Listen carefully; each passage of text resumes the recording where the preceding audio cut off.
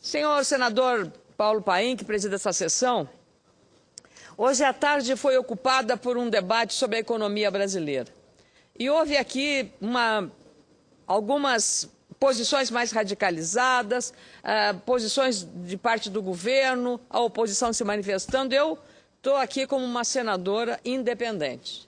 Nem sou uma senadora de oposição, nem sou uma senadora governista. Nas coisas que considero relevantes para o país, apoio a iniciativa do governo. Nas coisas que não considero dessa forma, não apoio o governo. É esse o meu posicionamento, senador Paulo Paim. Ontem, um insuspeito economista, Dr. Marcos Lisboa, esteve na Comissão de Assuntos Econômicos. E quem é Marcos Lisboa? Marcos Lisboa é um doutor em economia pela Universidade da Pensilvânia, nos Estados Unidos, e foi um dos formuladores das chamadas reformas microeconômicas no início do governo Lula e, no debate de ontem, defendeu a continuidade daquelas reformas. Governo Lula, ele, Marcos Lisboa, secretário no Ministério da Fazenda, com o ministro Antônio Palocci. Então, apresento as credenciais de um agente do governo, de uma autoridade da área econômica do governo. E o que disse o economista Marcos Lisboa ontem na Comissão de Assuntos Econômicos? Disse que não acredita numa melhoria do crescimento da economia brasileira nos próximos anos. Segundo ele, os indicadores de produtividade são frágeis e não parecem indicar capacidade de retomada de crescimento sustentável de pelo menos 4,5% ao ano, por exemplo. Continua o Dr. Marcos Lisboa. Poderemos ter um ano um pouco melhor, outro um pouco pior. Não há nenhum grande problema à frente, mas também não há nenhum grande cenário, analisou o economista Marcos Lisboa. Quanto à inflação, que eu levantei para o Marcos Lisboa, o economista ressaltou que a alta de preço tem impacto negativo, principalmente nos grupos de menor renda, ou seja, a camada mais pobre da população, mas acredita que ela poderá ser contida. E, ademais, que o Banco Central está atuante para garantir que a inflação não continue elevada no próximo semestre. Portanto, é uma visão realista, não se pode considerar que o Dr. Marcos Lisboa esteja querendo fazer alguma visão negativa demais sobre a economia, ele que tem a responsabilidade não só acadêmica, mas como tendo participado do governo. Ele chegou até a dividir os países da América Latina em 3 grupos. Os que combinam o estímulo à produtividade com política fiscal e monetária conservadora, como é o caso do Chile, o Peru, administrado hoje por Ollanta Humala, que seria um candidato de esquerda, Colômbia e México. Os que adotam medidas de forte intervenção estatal na economia com proteção de determinados setores produtivos, como Argentina, Venezuela e Equador. E os que optam por estratégias intermediárias, como é o caso brasileiro. Os resultados, segundo Marcos Lisboa, mostram que os países do primeiro grupo estão conseguindo, sim, crescer de 4% a 5% ao ano, enquanto os do segundo grupo enfrentam a estagnação econômica e a volta da inflação. O Brasil, segundo Marcos Lisboa, assiste tardiamente a uma recuperação lenta e abaixo do esperado. Nem vou continuar mais o que disse o Marcos Lisboa, apenas faço esse preâmbulo para dizer que nós temos que encarar a realidade como ela é e não querer tapar o sol com a peneira. Hoje, por exemplo, foi muito citado e mencionado aqui nesse plenário o lançamento de mais um programa que o governo está lançando, a linha de crédito Minha Casa Melhor, anunciada pelo governo para estimular o brasileiro a gastar e consumir mais. Pode se tornar também este um presente de grego, como se diz numa expressão popular.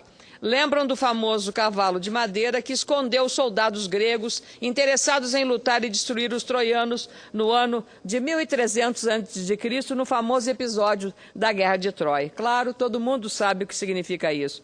Pode hoje, a grosso modo, ser comparado ao cartão de crédito, que vai permitir o financiamento para a compra de móveis e eletrodomésticos do novo programa. Não há nada contra isso. O problema é que nós temos que entender que há um endividamento e a inadimplência hoje já estatisticamente confirmada de pelo menos 4 meses. Então, é muito fácil você fazer a dívida, difícil é pagá-la e pagá-la em dia. Falo isso, senhoras e senhores senadores, não porque sou contra programas de estímulo a financiamento à economia e ao consumo. É papel do governo, sim, estabelecer políticas para desenvolver o país e facilitar a vida do cidadão, sobretudo os mais carentes.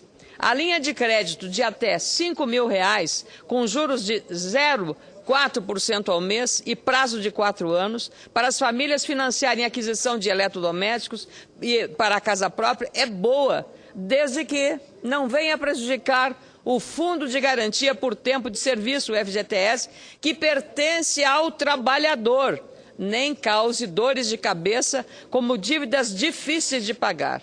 Eu não examino, de novo, o mérito louvável, mas me preocupa e muito o uso de um dinheiro do trabalhador, do FGTS, para um programa de governo. Então, essa é a grande questão.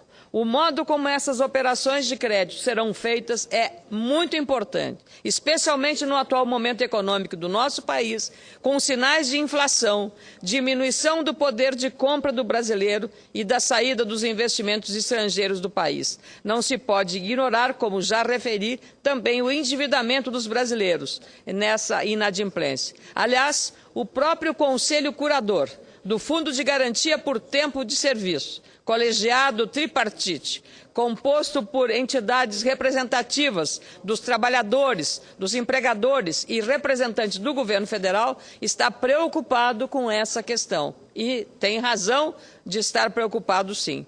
Dados divulgados hoje pelo jornal O Globo mostram que, desde 2012, o Tesouro Nacional segurou em caixa mais de 4 bilhões de reais que deveriam ter sido repassados ao FGTS, referentes às receitas arrecadadas com o adicional de 10% do fundo pago por demissões sem justa causa.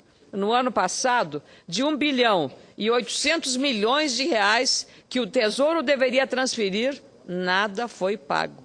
O FGTS cobriu toda a parte subsidiada do programa, que atende famílias de baixa renda, cerca de 6,5 bilhões de reais. Este ano, 1 bilhão e 800 milhões de reais, a União repassou apenas 500 milhões de reais. E olha, senador Paim, nós fizemos um debate sobre o Fundo de Garantia, como aplicar para que haja maior rendimento com as centrais sindicais em Porto Alegre. A senadora Marta Suplicy, quando estava aqui, presidia a comissão, fez em São Paulo um debate também, e há uma preocupação muito grande em resguardar da melhor forma possível esse recurso que pertence ao trabalhador, que é usado por ele, ou, no caso de morte, benefício da família, ou para ele se proteger numa hora de demissão sem justa causa. No início dessa semana, inclusive, estive na tribuna e destaquei a importância de acabar com a taxa adicional, uma taxa adicional de 10% dos empregadores que é paga o FGTS, além daqueles 40% que ninguém discute, tem que manter, porque é uma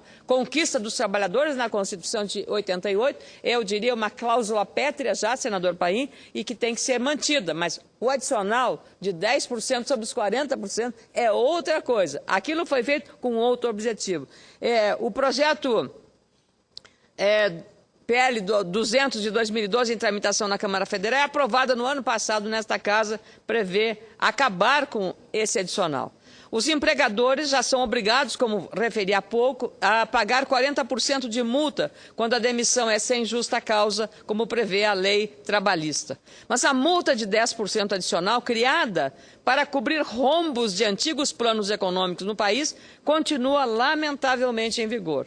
É importante reforçar que essa multa foi criada em 2001 e tinha um objetivo claro e único: zerar o rombo decorrente de uma decisão judicial que obrigou o governo federal a compensar o FGTS pelas perdas relativas aos planos Verão, no governo Sarney, e Collor I. Isso foi uma decisão judicial que foi para proteger o direito dos trabalhadores nas correções ao FGTS. O rombo financeiro foi totalmente compensado em julho de 2012, com esta cobertura dos 10% adicionais aos 40%. Portanto, o fim dessa cobrança já deveria ter ocorrido no ano passado para estimular as empresas, sejam pequenas, médias ou grandes, e criarem mais vagas no mercado de trabalho, produção maior e, consequentemente, também mais consumo. O FGTS é uma conquista dos trabalhadores e deve ser preservado. Agora também de direito compulsório concedido aos empregados domésticos, senador Paim, como está tratando aqui o senador Romero Jucá, num projeto de lei de emenda constitucional para assegurar também os direitos aos empregadores domésticos. Hoje ele é facultativo, agora será compulsório. É um fundo para garantir compensações ao empregado, uma indenização nos casos de demissão sem justa causa, aposentadoria ou morte do trabalhador.